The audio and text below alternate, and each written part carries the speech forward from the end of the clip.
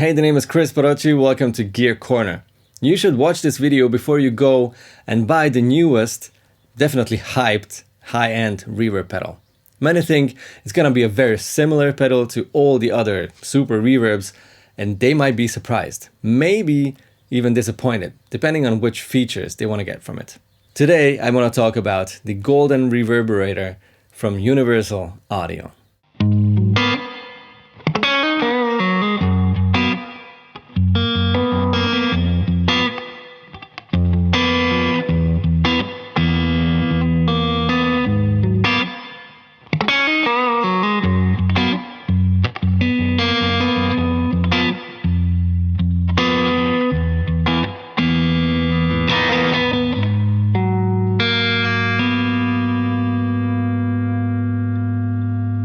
This is not a product demo. What I'll do instead is discuss what kind of players will like the Golden and what we should expect from a pedal. If you enjoy my videos, please hit like and subscribe and check out the description box for additional info, signal chain, timestamps, gear links, all kinds of fun stuff. Let's get over with the obvious statement. This is the most realistic and mesmerizingly detailed sounding reverb up until now. It's like owning the vintage gear, but it's more compact and it's most probably way more reliable.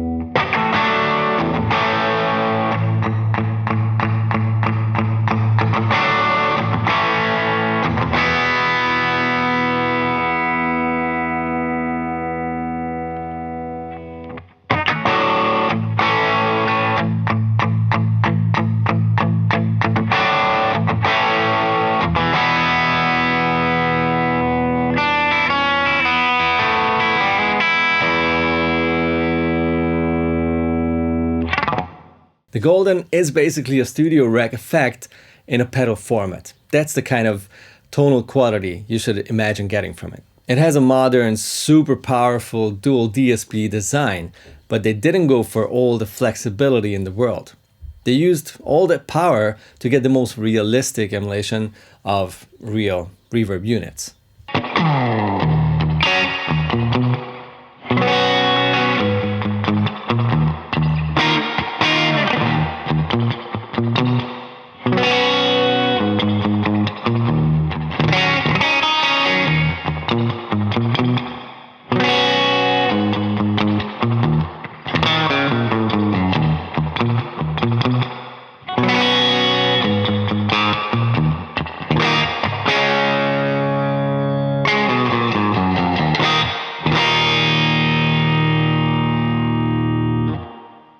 So if you want a MIDI controllable multi-effects style super reverb like the Strymon Big Sky, Eventide Space, the War's Audio R1, the Source Audio Ventris, and all those pedals, go get one of those. This will not have most of those features. It only gives you two sounds you can switch back and forth, the current setting of the knobs, and the stored preset. That's it.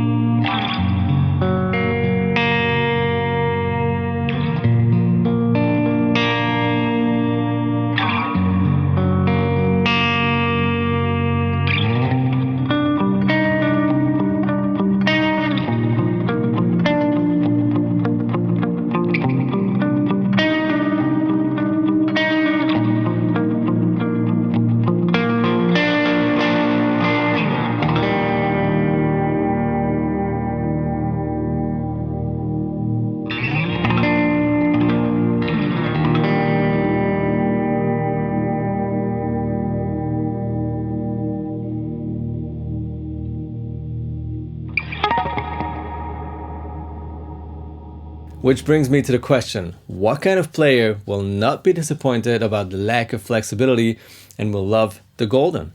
Those that only care about the best possible tone.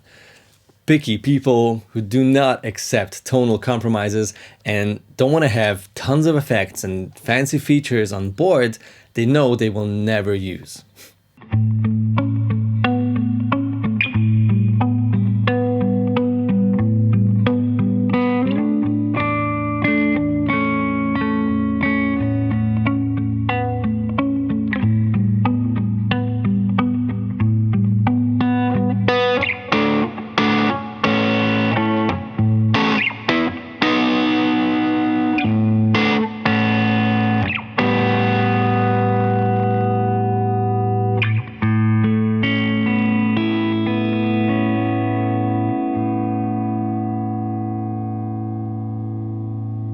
I'm a good example for that. I never use MIDI because I just have to see where the knobs and switches are pointing at. Otherwise, I don't feel comfortable trusting my rig before an important gig or a rehearsal, whatever it is. I like it simple and I always go for a spring or a plate reverb sound, but I'm also really hard to impress with a reverb pedal. If it doesn't sound absolutely rich and beautiful, I just stick to an analog delay and use that instead.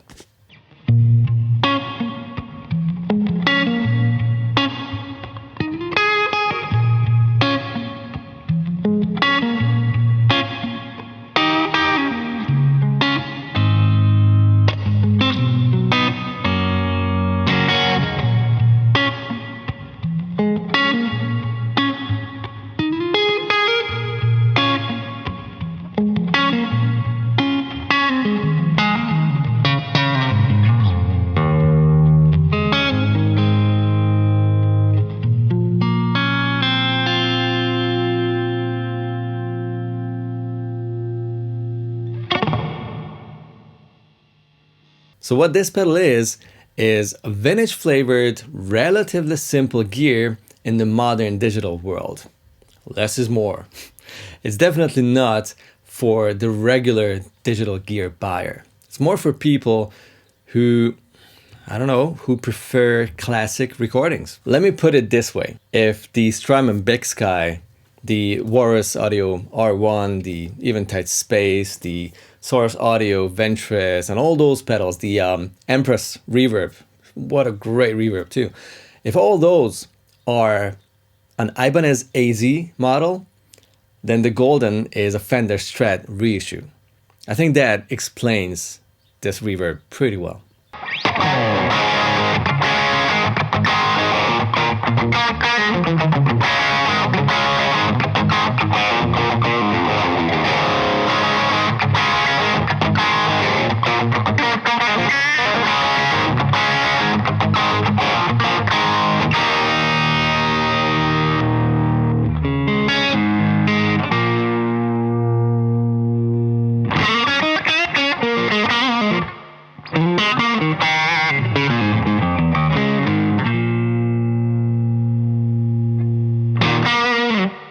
I'd love to read in the comments below how you guys see this whole flexibility versus tonal quality thing.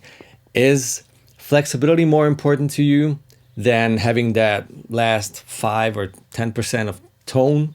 Or is tone first and there are no compromises and you don't want confusing tons of options and whatever?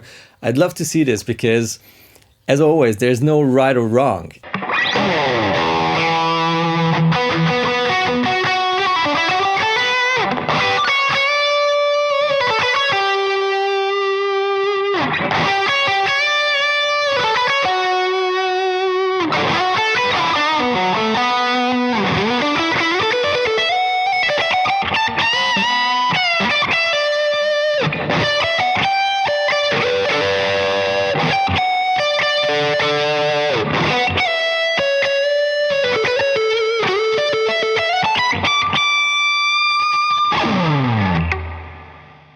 And of course, clearly the audience will not give a damn about the last 5 or 10% of tonal quality. But as mentioned before, we should buy inspiration. We should buy gear for ourselves to get inspired and play better and not to impress anyone else. You guys take it easy. We'll see each other next week. I'll be back. Bye-bye.